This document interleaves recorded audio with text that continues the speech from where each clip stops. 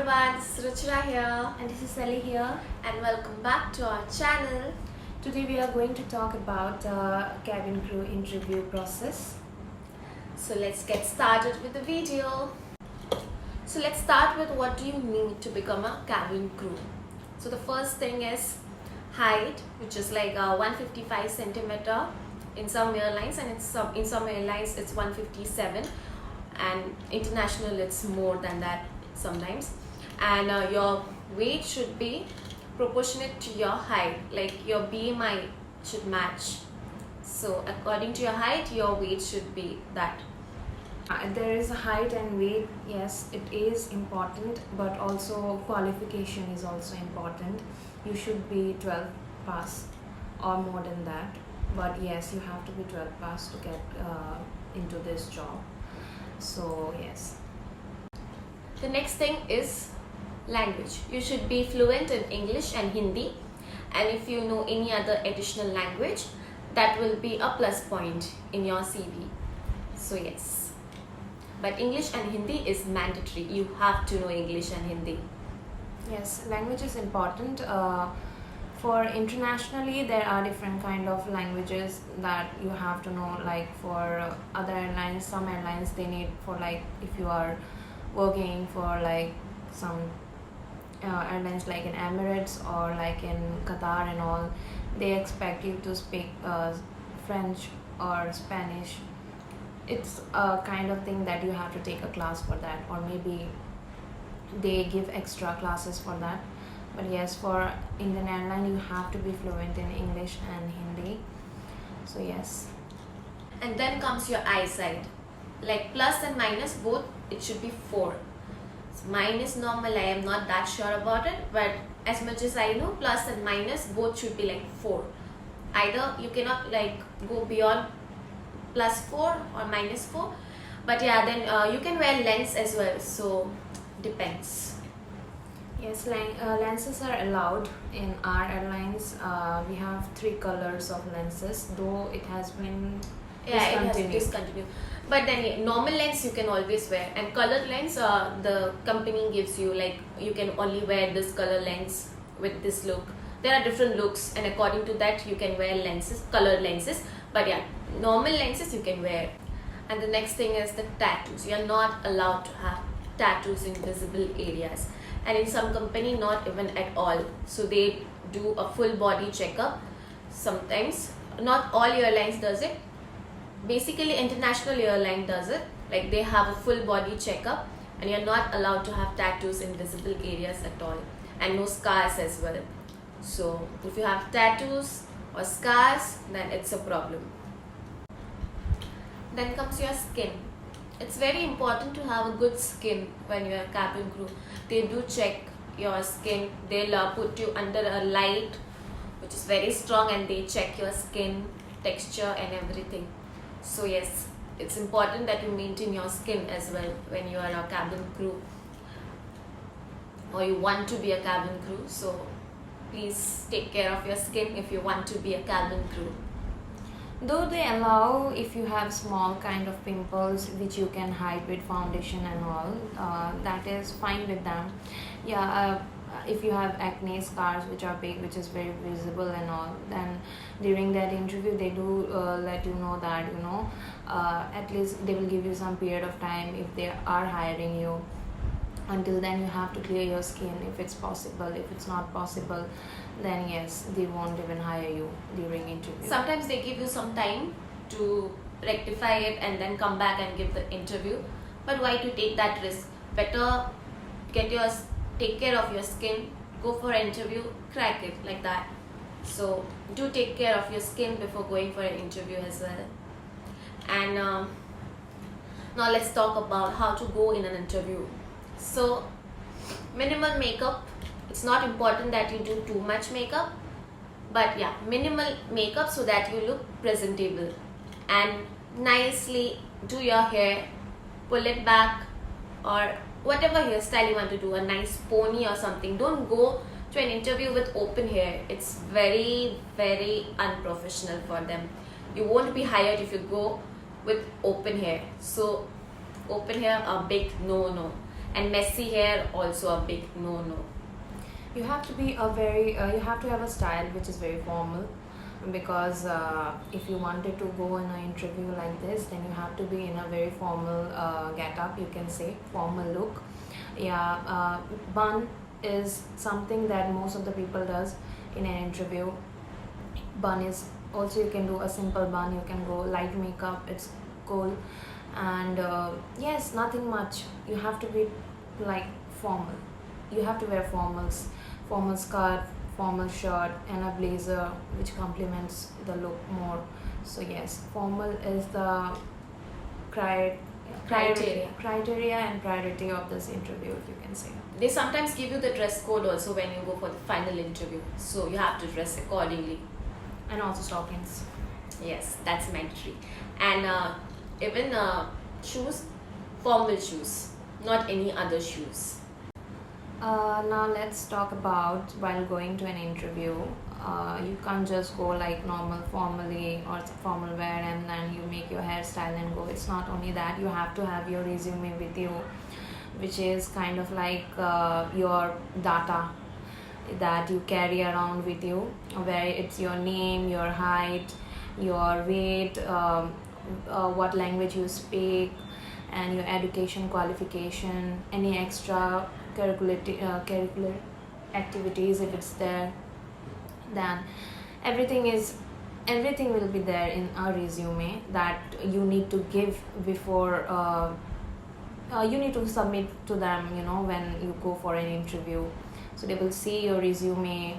If you have in doing any classes like from Jetwings or Frankfin. So Any other, like there are lots of aviation schools and institutes. yes, So all of that. And the better your resume is, it's good for you. Your half job is done when your resume is good. and also you will add your passport size photo, in your formal Yes. wear. So you should also have some good passport size photo that you have clicked beforehand, and it should be really good. In that passport size photo, it should not be like the normal passport size photo that we have on our Aadhaar or in our passport or whatever. So you should have a good passport size photo, and you should look good in that photo as well. Like a proper formal wear, and then you click a passport size photo. That's what. And before going to interview, you should always apply for your passport. Passport is very important when you want to join cabin crew. So passport, always apply for a passport. It's fine if you don't have the passport in your hand, you can still apply and go for an interview. But if you have a passport, it's better for you. Yes, because passport is necessary if you are flying internationally, even in Indian Airlines. If you are flying internationally, you need a passport to fly. So yes, even if you don't have the passport with you while you are giving an interview, but after you are hired, you need the passport, because obviously they will check for that. And if you don't have it with you, then that would be a big problem for you. You can't fly internationally. Passport, Aadhaar, they always ask for all this. Like I had problem with my Aadhaar. My Aadhaar was not there at that point of time, and they were asking for it. Luckily, I got it at the end moment. So passport, Aadhaar is very important if you want to join aviation. So always get it done prior. So now let's talk about what are the most asked questions in the interview. First of all, they'll ask you about your hobbies. They'll ask you what you like to do in your free time. Then where are you from? Tell us something about your place. All these questions. And then obviously they'll ask you why you want to join this job, why you want to be a cabin crew. One favorite questions of all of these airlines are, why do you want to join our company? Yeah. They wanted to hear why you wanted to join. So yes, you have to give a very good answer for that. Until then only they will be a little bit clarified that yeah, maybe she is very interested in our company, so yeah, maybe we should hire her. This is one of the favorite question that all of the airlines ask most of the time. So yes. And before going for an interview, whichever company you are going for, always do a research. See what this company is. Sometimes they'll ask when was this company launched. So who is the head of this company? Owner of the company. So always do a proper research. Like if you have an interview, prepare yourself from 1 week prior. Read about the company. Nowadays everything is like on our fingertips. We can get it over Google. So Google, write it down, make notes. It's not fun. Okay, every time you cannot be casual. So if you want something, you need to work for it. So always work hard before going for an interview. Prepare yourself. Stand in front of the mirror and predict like you are in an interview, and then talk to yourself. See how you're talking. See your expressions. See if you're pleasant enough, because they'll look at all these things. You have to be pleasant no matter how much tricky questions they are asking. The smile should never fade from your face. Okay, this is something that I have talked about in previous video also. It's like especially if you are from a place where people speak less Hindi, or your regional language it's different, not Hindi, then during an interview, especially in India, by looking at you, they ask questions do you speak Hindi, or how well you speak Hindi.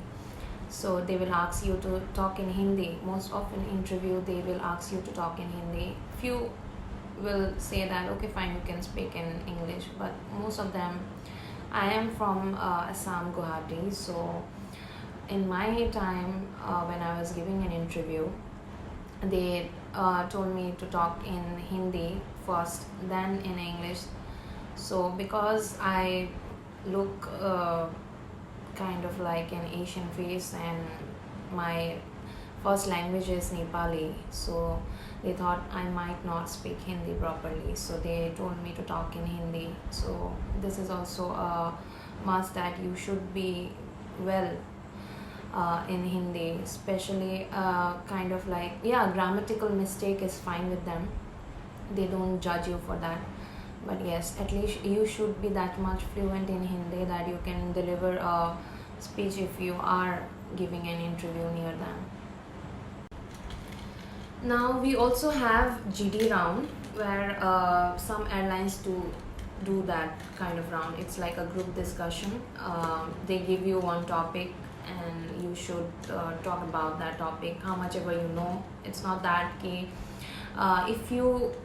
It's not like even if you don't know about that topic, or you are not that good in that topic, still if you have few ideas, if you know about that, you can talk about that.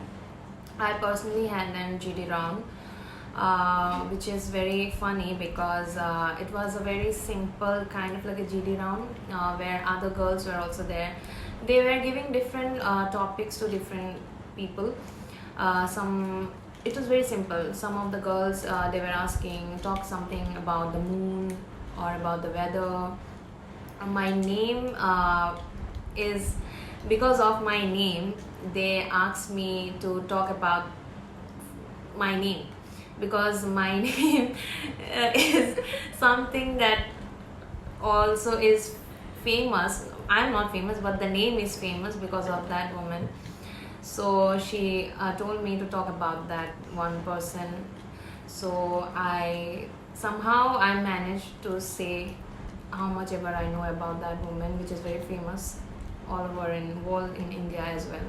So yes, you have group discussion, which are very easy. And if you crack all the rounds, like first round, second round, you're done with third round, fourth round.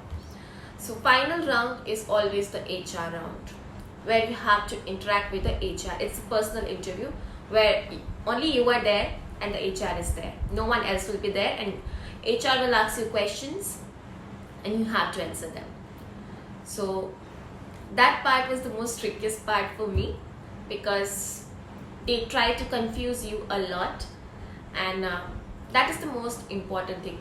that decides if they are hiring you or they are not. So it's the most important part, and I would suggest all of you to prepare yourself well before going to the HR round.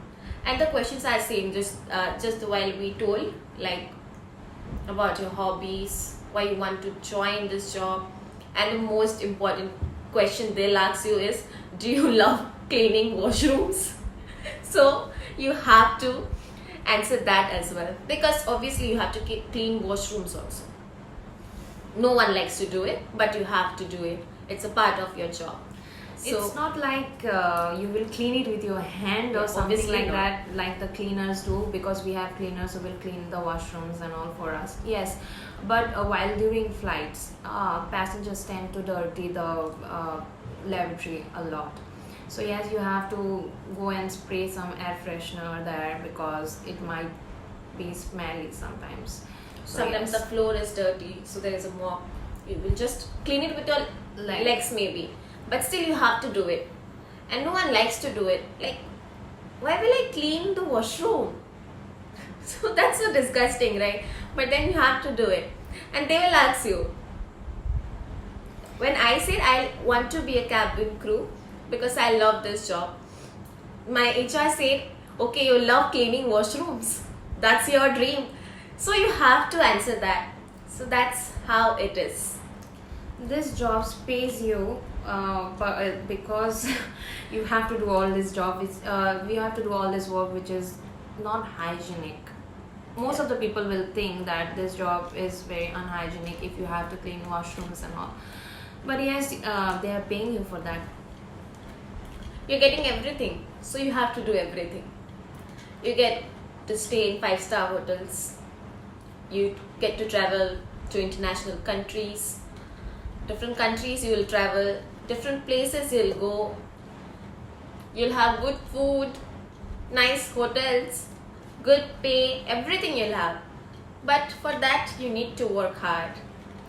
So obviously we have to do it, we don't have any other options. So this was it for today's video. I hope it has helped you in some ways and you have got to know about something. So if you liked it, please do give it a like, And a thumbs up. and don't forget to comment down what do you want us to do in our next video, and please subscribe to our channel and press the bell icon there, and please do share our video with your friends and family and people who want to be a crew. I think it will help them in some way or the other. So stay connected, stay safe, and we'll see you soon. Bye bye.